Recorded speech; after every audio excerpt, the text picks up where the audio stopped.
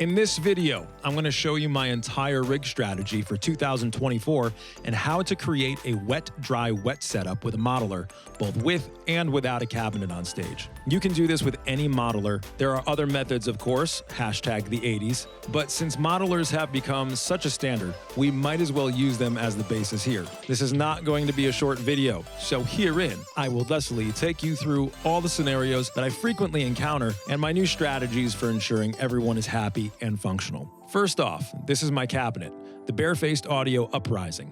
It's a 2x12 semi-open back cabinet that both sounds like a 4x12 closed back, which is my preference, and it has the dispersion of an open back due to the proprietary baffle design on the back. It's honestly the best cabinet I have ever heard, and I'm not the only person to have said this. I actually have the little distinction of having ordered the first ever stereo cab from them. So here it is. I have an H75 in the top, or the right channel, and a V30 in the bottom, the left channel. It's a pretty common speaker combination. I did this to have full control over the EQ and volume differences of each speaker, as well as having true stereo effects when running a basic left-right only stereo setup. So let's move on to the setups and tips regarding issues that I uncovered.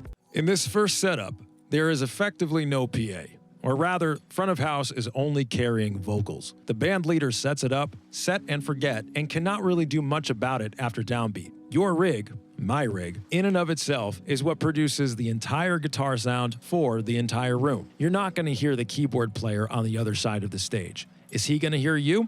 We don't know. You're not going to have a monitor mix. Maybe you can hear the vocals, including your own, but probably not. But if the room is small enough, then it'll be fine. Maybe the band leader asks for a guitar signal, and I'll throw a 57 on a speaker for monitoring only because occasionally someone might bring in-ear monitors. I don't know. Either way, I'm going to hear things or not hear things. But again, I know my parts and everyone's happy. We all get paid. So in this first case, I just bake in all of my effects. So each preset with each scene, as we call it in Axe Effects, has all of the effects and all of the levels therein already built in. I don't change it. I hit a button and that's the new sound with all of the effects. That's how I run it. I don't want to do tap dancing or mess with pedals. But yeah, just the stereo output from the Axe Effects goes into the stereo power amp, into my stereo cabinet, and it's just panned hard left to right so that there's as much of a three-dimensional image as possible coming straight off the cabinet into the room. I check my EQ, my levels, and amount of effects with various similar backing tracks at the same basic volumes in my DAW. Then I tweak a bit between gigs. In this second scenario, there is a PA that's probably higher quality and probably has a dedicated engineer. But the caveat here is that there are only at most 2 channels open for guitar. Still, the engineer will almost definitely refuse to mic both of your speakers and honestly does not care about your effects or highest quality guitar sound. As far as they're concerned, it's a guitar. Sounds like a guitar, guitar, done. Move on. One mic, stereo effects be damned, it's good enough. And it has to cut down on the potential for issues that I cannot blame them for being weary about. They don't know that I've done my due diligence because, as I've been told by many engineers, most guitar players don't. So again, when there is a dedicated engineer, if that engineer will mic up both of my speakers and even agree to slightly pan them, then great. I'll just go ahead and go to my first 10 presets where I've already checked everything on gigs, on backing tracks. I know they're perfect, and I have true stereo. But if the engineer will only agree to take one channel from me, then I have them mic up my bottom V30, and I've duplicated all these first 10 presets somewhere else, at least for right now. And I've taken all of the reverbs and delays, and I just put them to mono. So any reverb or delay, I just make sure I have on mono. So right here, master pan would be 0. And in that case, I won't lose any delay or any quality of the reverb. It won't sound as big and expansive, and it is still baked in. So I'm sure the engineer doesn't really love that, but that's what he gets because that's what we have, one channel, and that's fine. I do go back and check all of my mono presets in this case, because when the effects are mono, they're going to hit different and be at different levels to taste than when they're stereo. So I did go back in, and at least for now, before I get all of these on gigs this year, I've tweaked them enough with the backing tracks so far so that it's a good starting point. Setup number 3 is sort of a combination of the first and second scenarios. There is a full proper PA with engineer, but either the band leader likes to run 0 stage volume, so we all go direct and lean on in-ear monitors, or maybe there's a mile walk to the bandstand from where I had to park, in which case, no, I'm just bringing my Axe effects. In a lot of these scenarios, the bands might be a little younger and forward-thinking. It's more likely that the engineer will take an actual stereo signal from me, 2 channels, and pan them a bit. And sometimes I even get a stereo in-ear mix, which is great. So in this third scenario, where we are all going direct on stage, and maybe even the drummer has an electronic kit. Those are really fun gigs. I have the same setup as my ones that say BF. You're gonna notice though, the difference is there's no cab block on the one that says BF. BF to me indicates barefaced. It means I'm using my cabinet on stage. So the ones that say IR1, I shot an impulse response of both of my speakers, my cabinet, with the 57s on the exact same spots that I use them live. And so it's essentially, it's my cabinet, just all baked in right here into the impulse response. And if the engineer is agreeing to take 2 channels from me, then I'll use this one, IR1, stereo width all the way up on all of these where I want them. But if the engineer says, yeah, we're going direct, but I'm only gonna take 1 channel and that's about it, that's all I'm gonna do.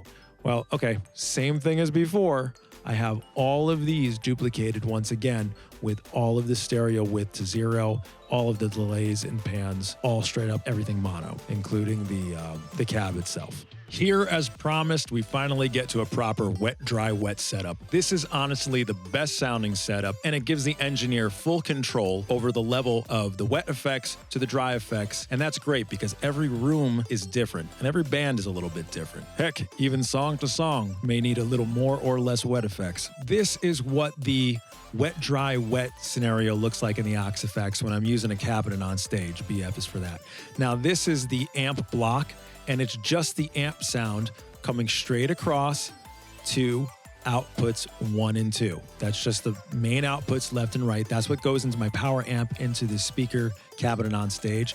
Now at that point, the engineer could mic up one of the speakers, both of the speakers, pan them, not pan them. It doesn't really matter. I think it sounds best when they're both mic'd up and slightly panned, but then you end up with 4 channels instead of 3, and that might be a little excessive, but hey, either way, I take a tap off that down here, and this is the 100% wet effects line.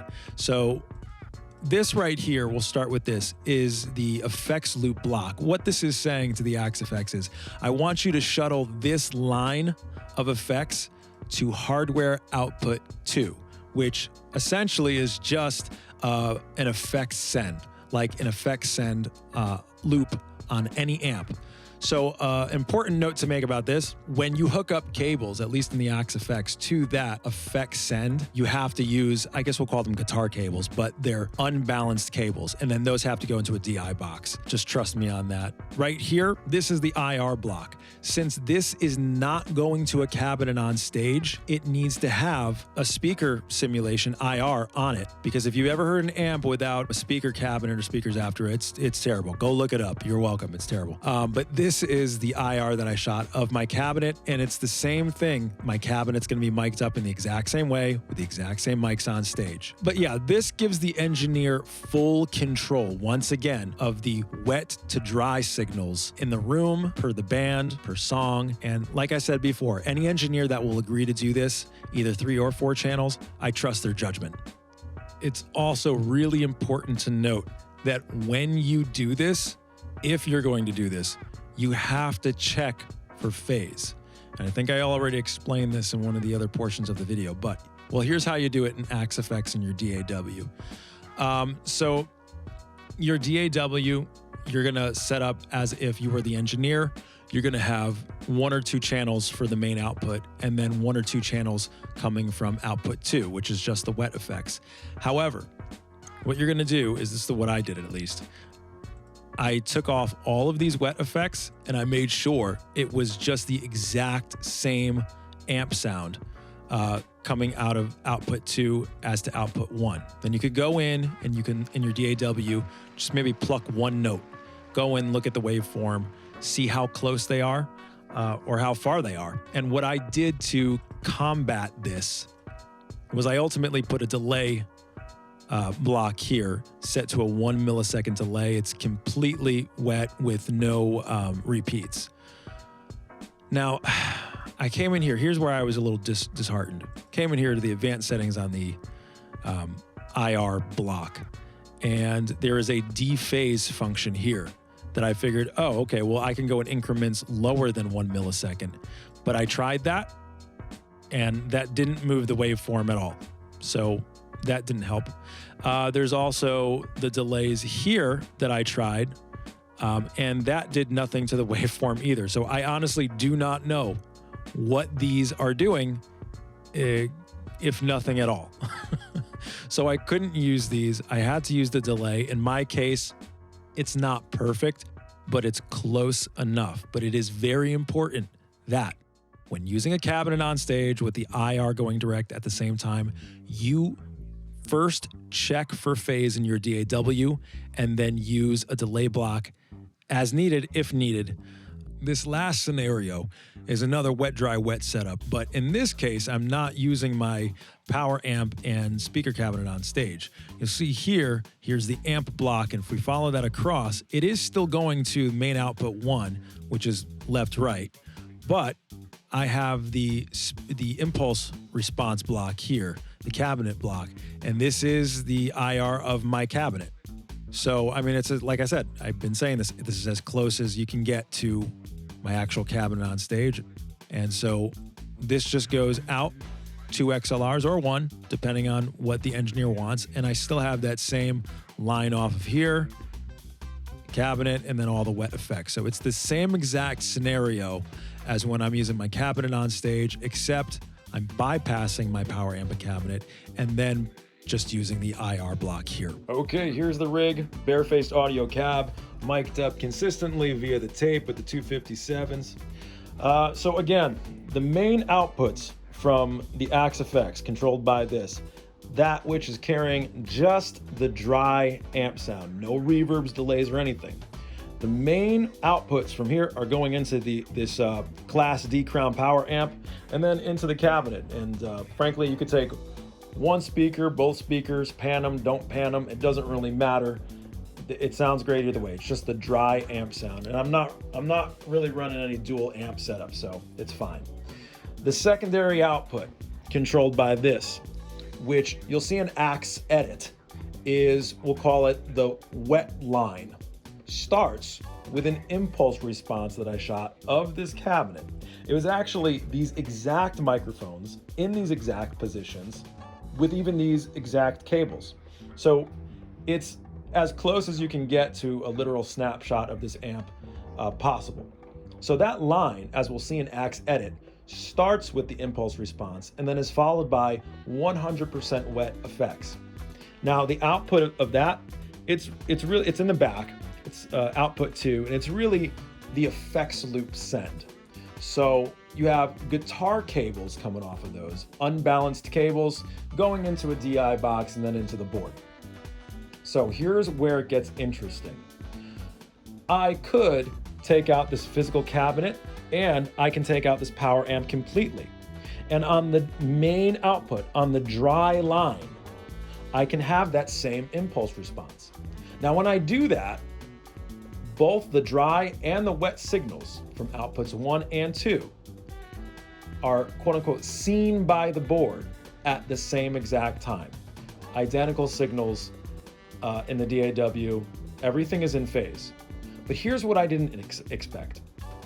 When I don't use the cabinet IR, the speaker IR on the main outs, and I want to use this speaker cabinet, When doing that, the main outputs going through the power amp into the cabinet through the microphones actually has a 0.8 millisecond delay on it.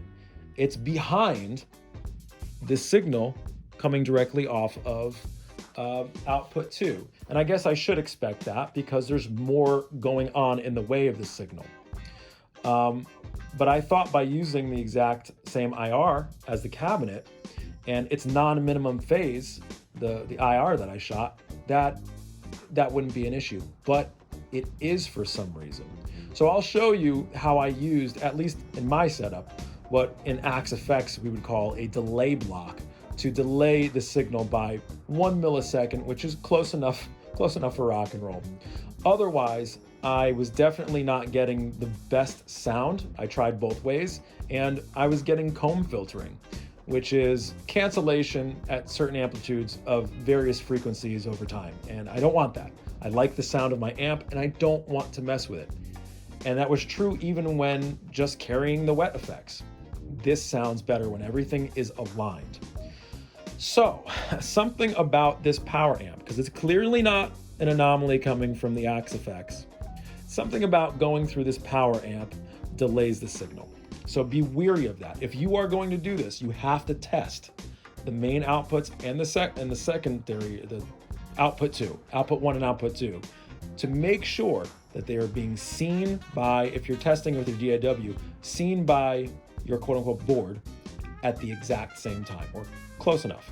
And frankly, if I was going to do this live with 3 physical cabinets, and by the way, I need to have all the pictures my daughter has drawn for me over the years. I know, I would actually be inclined to try to use 3 of the exact same cabinet. If nothing else, the same exact power amps, because it seems to be that which is delaying the sound.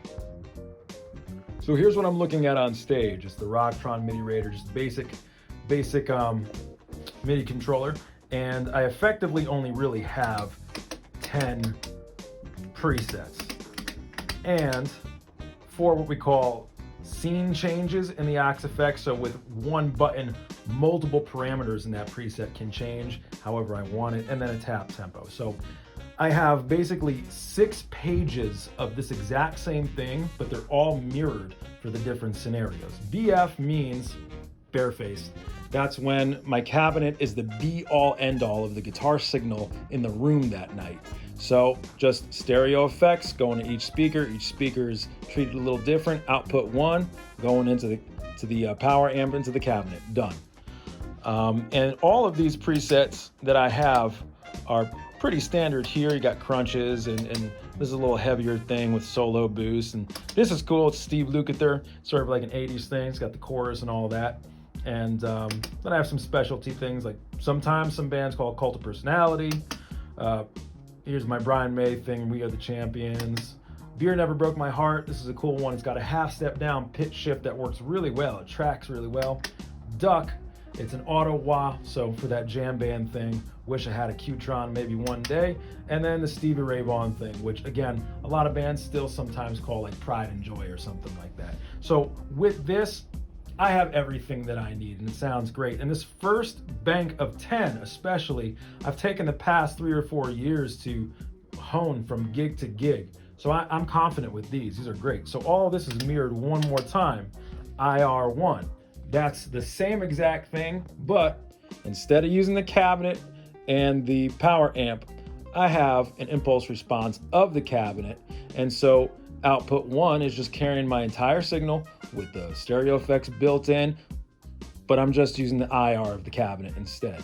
So it's the exact same thing, just running direct. And you know, sometimes the band leader and the engineer are like, yeah, we're gonna go direct tonight. And the engineer might say, yeah, I'm cool with taking a left-right stereo signal from you and panning it. That happens a lot, especially like with the younger bands that do all in ears. Sometimes they will grant me that wish, and that's great. All of this is mirrored again. Here's where we get to the WetDryWet thing that I think I did another video about that in here, but I think I already went through this. But my cabinet is carrying just the dry amp signal, and that's output 1 going through the power amp. And then output 2, right, meow, is carrying all the wet effects. So this gives the engineer ultimate control of wet to dry, and every room is a little different. I'm at the whim of the taste of the engineer, but I trust them. If it's someone who knows what they're doing with this, who will get excited for a wet, dry, wet rig, then I trust their taste in mixing it. So all of these again are all, actually I have to go back through. This was a Philip Sace thing. Oh, I gotta redo these. Here, all these again. Good, I got these all right. This is a wet, dry, wet impulse response situation. So in this case, output 1 is not going through the power amp into my cabinet. Output 1 has the IR of my cabinet. So I just show up my Axe effects, and the engineer gets either 1 or 2 signals, 1 or 2 channels from output 1. That's the amp, and then the stereo left, right of the effects. And again, they can mix the taste. And then finally, the last 2 sets of 10 banks, BF2, okay, that's when I'm using my cabinet, and I've monoed all effects. And this is a situation where maybe the engineer is like, I don't know what an IR is, I don't know what this direct thing is. Maybe they're a little older, and they remember the days of the Line 6 pod, and maybe the guy thinks that this is a pod. And I'm like, okay, that's fine. I'll set up my cabinet. He takes 1 speaker because he doesn't know about any of that. That's fine. And all of my effects are mono.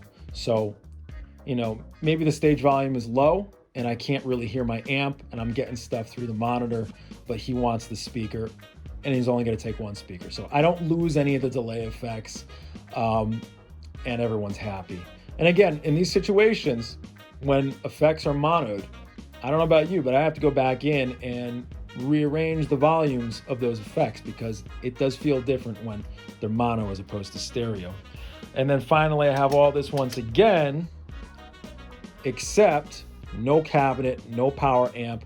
The impulse response is in there, and all the effects are mono. Why would I want to do that? Well, maybe the engineer and band leader say, listen, we're going direct tonight, but the engineer says, I only have 1 channel for guitar free, or whatever it may be. Okay, fine. Well, here's an XLR coming straight off of my unit, and that does just fine. So no matter what this situation, I have all of my sounds ready to go. What does the situation call for? What do you need? What can I get away with? And what will sound best tonight? And it's right at my feet with the click of a foot switch.